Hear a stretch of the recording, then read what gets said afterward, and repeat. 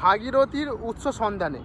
আমরা যারা বাংলা মিডিয়ামের ছাত্র তারা ছোটোবেলায় একটা গল্প পড়েছিলাম, ভাগীরথীর উৎস সন্ধানে, কবি জগদীশচন্দ্র বসুর লেখা। ওই গল্পতে কবি এই গঙ্গা নদীকেই ভাগীরথী বলে বর্ণনা করেছে। তবে আজ আমি ভাগীরথী তথা হুগলি নদীর মূল উৎস খোঁজার জন্য চলে এসেছি। তো আজকে আমরা জানবো এই গঙ্গা নদীর, আমার পিছনে যে গঙ্গা নদীটা দেখতে পাচ্ছ, এরই শাখা হুগলি বা ভাগীরথীর মূল উৎস কোথা থেকে। তো সেটা জানতে হলে পুরো ভিডিওটা দেখতে থাকো। আমি নিয়ে যাচ্ছি ম্যাপের সাহায্যে ভালো করে তোমাদেরকে বোঝাবো, পুরো ভিডিওটা দেখতে থাকো। তো ম্যাপ ওপেন করে নিয়েছি,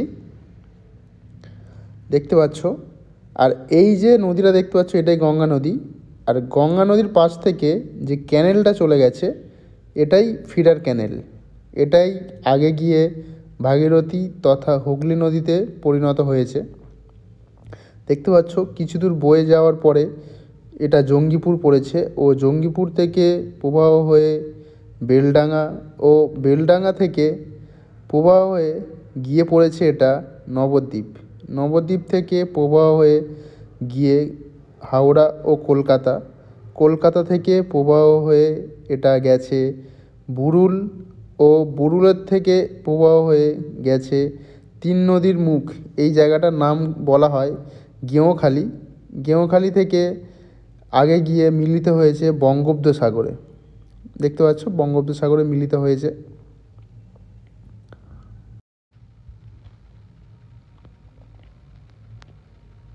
দেখতে পাচ্ছ ফারাক্কার ব্যারেজের সাইড থেকেই ক্যানেল বেরিয়ে গেছে।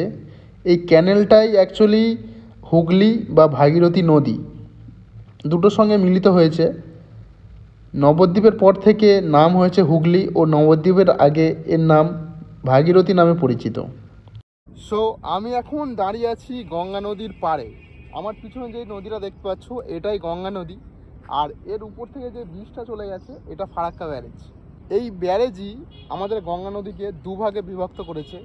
একটা পড়েছে আমাদের ইন্ডিয়াতে গঙ্গা নদী ও এটাই প্রবাহ হয়ে গিয়ে বাংলাদেশে পড়েছে, যার নাম পদ্মা নামে পরিচিত। এই গঙ্গা নদীর অনেক বৈশিষ্ট্য আছে, আজকে আমরা ওই বৈশিষ্ট্য নিয়ে কথা বলবো না। আজকে কথা বলবো আমাদের হুগলি নদী ও ভাগীরথী নদীর উৎসস্থল কোথা থেকে। আজকে আমরা খুঁজবো আমাদের ভাগীরথী নদী ও হুগলি নদী উৎপত্তি কোথা থেকে হয়েছে। তো ওটা জানতে গেলে আমাদেরকে যেতে হবে এই গঙ্গা নদীরই একটা শাখা, মানে যেটাকে এখানে ফারাক্কা ব্যারেজে বলা হয় ফিডার ক্যানেল। তো সেই জায়গাটাই নিয়ে যাই তোমাদের, পুরো ভিডিওটা দেখতে থাকো।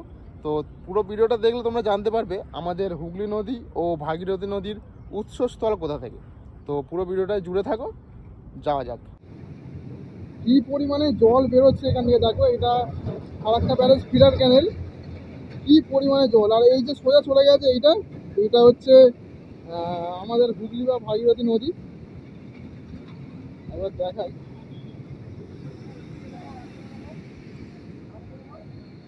এইটাই ফিডার ক্যানেল। আর এই দিকটা আছে ফারাক্কা ব্যারেজ, এটা ফারাক্কা ব্যারেজ।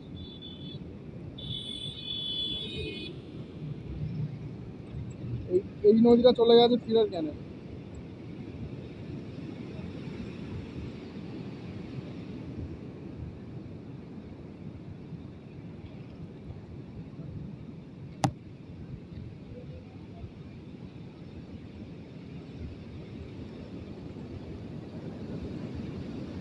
এখান দিয়ে জল ঢুকছে। তো আমি এখন গঙ্গা নদীর পাড়ে এসে গেছি। এটা গঙ্গা না, অ্যাকচুয়ালি এটা ভাগীরথীর পাড়, ভাগীরথী বা হুগলিও বলতে পারো।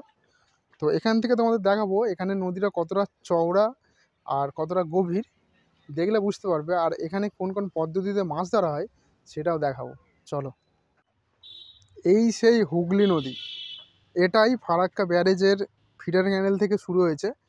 ওই দিকটা ফিডার ক্যানেল, ওই দিক থেকে বয়ে এসে এটা এই দিক থেকে নবদ্বীপ হয়ে পড়েছে কলকাতা। কলকাতা থেকে আমাদের ডায়মন্ড হারবার থেকে বঙ্গোপসাগর। এই সেই নদী দেখো, এখানে বেশি চওড়া না কিন্তু গভীর ভীষণ। আর এখানে এই দেখো, এটা দেখাই, এইগুলোকে বলা হয় টিনের ডোঙা। টিনের ডোঙা, এর সাহায্যে এইদিকে মাছ ধরা হয়। আর এখানে কিছু বোটও আছে দেখতে পাচ্ছি। এবার বলি এই ফারাক্কা ব্যারেজ কেন তৈরি করা হয়েছিল, একটা ব্যয়বহুল প্রজেক্ট ভারত সরকার কেন বানিয়েছিল। শুষ্ক মৌসুমে যেমন ধরো ডিসেম্বর থেকে মার্চ মাস পর্যন্ত ভাগীরথী ও হুগলি নদীতে একটা বড় জলের সমস্যা দেখা দিত। ওখানে কলকাতা বন্দরের জাহাজগুলো, বাণিজ্যিক যে জাহাজগুলো, সেইগুলো চলাচল করতে একটা বড় সমস্যার সম্মুখীন হতে হতো। তার কারণে ভারত সরকার এই ফারাক্কা ব্যারেজ তৈরি করে এর মাধ্যমে গঙ্গা নদীর জলকে আটকে রেখে ফিডার ক্যানেলের মাধ্যমে জল প্রবাহ করে ওই নাব্রতাকে ফিরিয়ে আনার চেষ্টা করে। এবার বলি এই ফারাক্কা ব্যারেজের কিছু ইতিহাস। এই ফারাক্কা ব্যারেজটা মালদা ও মুর্শিদাবাদ ডিস্ট্রিক্টের মধ্যে অবস্থিত। এই ফারাক্কা ব্যারেজ 2.25 কিলোমিটার দৈর্ঘ্য এবং এটা স্থাপন করা হয় 1975 সালে। এটি স্থাপন করে হিন্দুস্তান কনস্ট্রাকশন কোম্পানি। তখন এই ফারাক্কা ব্যারেজ তৈরি করতে খরচা হয়েছিল অ্যাপ্রক্স $1 বিলিয়ন মতো।